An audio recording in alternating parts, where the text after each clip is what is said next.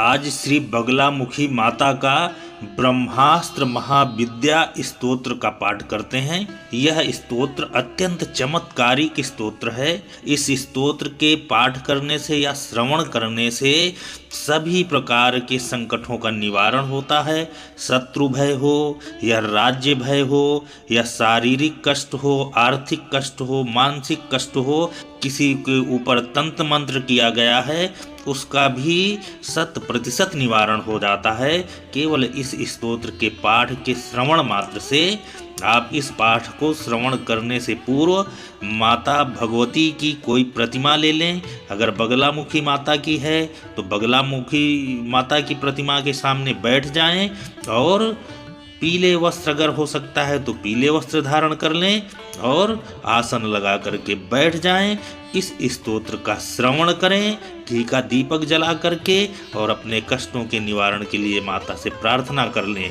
निश्चित ही आपके संकटों का निवारण हो जाएगा। और इस स्तोत्र का नियमित पाठ करना चाहिए या पाठ श्रवण करना चाहिए। आइए हम इस माता बगलामुखी के ब्रह्मास्त्र महाविद्या स्तोत्र का पाठ करते हैं। आप भी श्रवण करिए। पहले विनियोग कर लीजिए हाथ में जल ले करके और इस विनियोग का पाठ हम करते हैं। आप विनियोग कर लीजिए, आचमन कर लीजिए। ओम अस्य श्री ब्रह्मास्त्र महाविद्या श्री बगलामुखी स्तोत्रस्य श्री नारद ऋषि अनुष्टुप छंदः श्री बगलामुखी देवता ह्लीं बीजं स्वाहा शक्तिः बगलामुखी कीलकं मम सन्निहितः नासन्निहितानां विरोधिनां दुष्टानां वाग्मुख गतीनां स्तंभनार्थ श्री महामाया बगलामुखी वर प्रसाद सिद्ध्यर्थ पाठे विनियोगः। हाथ में लिया हुआ जल जमीन में छोड़ दें और अब ऋषियों का न्यास कर लें। ऋष्यादिन्यास। श्री नारद ऋषये नमः शिरसि अनुष्टुप छंदसे नमः मुखे श्री बगलामुखी देवताय नमः हृदि ह्लीं बीजाय नमः गुहो स्वाहा शक्तये नमः नाभौ बगलामुखी कीलकाय नमः पादयो मम सन्निहिता नाम सन्निहितानां विरोधिनां दुष्टानां वाग्मुख गतीनां स्तंभनार्थ श्री महामाया बगलामुखी वर प्रसाद सिद्ध्यर्थ पाठे विनियोगाय नमः सर्वांगे। अपने संपूर्ण शरीर का स्पर्श कर लें। अब खड्ग न्यास कर लें। ओम ह्लीं अंगुष्ठाभ्यां नमः। ओम ह्लीं बगलामुखी तर्जनीभ्यां नमः। ओम ह्लूं सर्वदुष्टानां मध्यमाभ्यां नमः। ओम ह्लैं वाचं मुखं पदं स्तंभय अनामिकाभ्यां नमः। ओम ह्लौं जीभ्यां कीलय कनिष्ठकाभ्यां नमः। ओम ह्लं बुद्धिं विनाशाय ह्लीं ओम स्वाहा करतल कर पृष्ठाभ्यां नमः। अब अंगन्यास कर लें। अंगन्यास। ओम ह्लीं ह्लीं हृदयाय नमः। ओम ह्रीं बगलामुखी शिरसे स्वाहा। ओम ह्लूं सर्वदुष्टानां शिखाय वषट्। ओम ह्रैं वाचं मुखं पदं स्तंभय कवचाय हुम्। ओम ह्लौं जीवां कीलय नेत्रत्रयाय वषट्। ओम ह्लां बुद्धिं विनाशाय ह्लीं ओम स्वाहा अस्त्राय फट्। अब अंगन्यास करने के बाद माता बगलामुखी का ध्यान कर लें। हाथ में पीले फूल लेकर के और पीले अक्षत जल लेकर के माता भगवती का ध्यान करें। मध्ये सुधाब्धि मणिमण्डप रत्न वेद्यां सिंहासनोपरि गतां परिपीतवर्णां पीताम्बराभरणमाल्यविभूषिताङ्गीं देवीं नमामि धृतमुद्गरवैरिजीवाम् जिह्वाग्रमादाय करेण देवीं वामेन शत्रून् परिपीडयन्तीं गदाभिघातेन च दक्षिणेन पीताम्बराढ्यां द्विभुजां नमामि। अब माता बगलामुखी के ब्रह्मास्त्र महाविद्या का मूल पाठ करते हैं। आप भी श्रवण करिए और लाभ लीजिए। चलत कनक कुंडलोल्लसित चारु गंडस्थलीं लसत कनक चंपक द्युतिमदिन्दु बिंबाननां गदाहत विपक्ष काम कलिल लोल जिभ्यां चंचलां स्मरामि बगलामुखीं विमुखवां मनसा स्तम्भनीं पीयूषोदधि मध्य चारु विलसद्रत्नोज्ज्वले मण्डपे तत्सिंहासनमूलपतित रिपुं प्रेतासनाध्यासिनीं स्वर्णाभां करपीडितारिरसनां भ्राम्यद्गदा विभ्रतीं यस्त्वां ध्यायति यान्ति तस्य विलयं साध्योऽवथ सर्वापदः देवी त्वच्चरणाम्बुजार्थकृते यापितपुष्पाञ्जलिं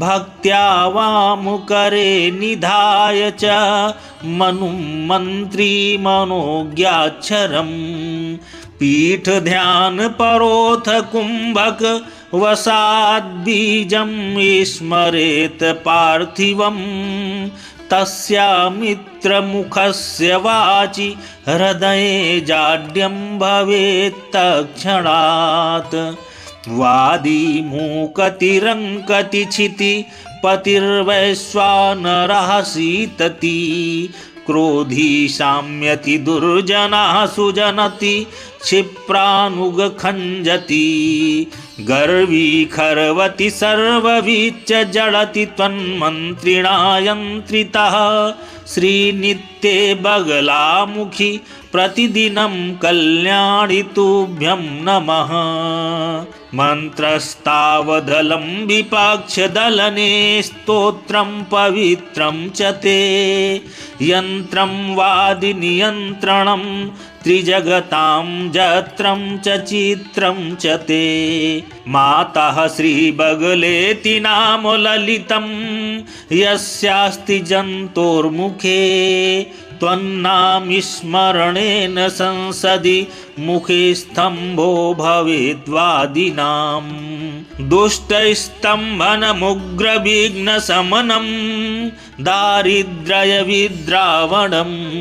भूभृतसन्दमनं चलन्मृगदृशां चेतः समाकर्षणं सौभाग्यैकनिकेतनं समदृशकारुण्यपूर्वेक्षणं मृत्युर्मारणमाविरस्तु पुरतो मातस्त्वदीयं वपुः मातर्भञ्जय मद्विपक्षवदनं जिह्वां च संकीलय ब्राह्मी मुद्रय दैत्यदेवधिषणामुग्रां गतिं स्तम्भय शत्रुंश्चूर्णय देवि तीक्ष्णगदया गौराङ्गी पीताम्बरे विघ्नौघं बगले हर प्रणमतां कारुण्यपूर्णे क्षणे मातर्भैरवि भद्रकाली विजये वाराहि विश्वाश्रये श्रीविद्ये समये महेशि बगले कामे शिवामे रमे मातंगी त्रिपुरे परात्परतरे स्वर्गापवर्गप्रदे दासोऽहं शरणागतः करुणया विश्वेश्वरि त्राहि माम्।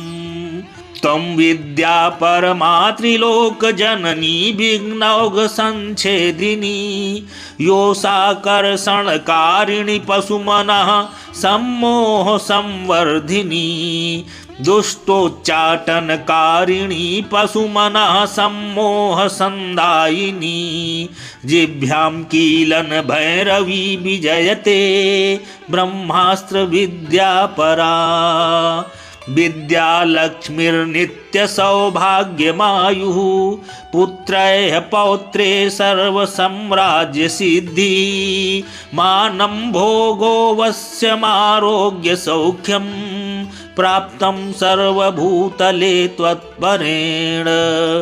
पीताम्बरां द्विभुजां च त्रिनेत्रां गात्रकोमलां शिलामुद्गरहस्तां च स्मरामि बगलामुखीं पीतवस्त्रलसितामरिदेह प्रेतवासन्निवेशितदेहां फुल्लपुष्परविलोचन रम्यां दैत्यजालदहनोज्ज्वलभूषां पर्यङ्कोपरिलसद्विभुजां कम्बुजम्बुनदकुण्डललोलां वैरिनिर्दलनकारणरोषां चिन्तयामि बगलां हृदयाब्जे।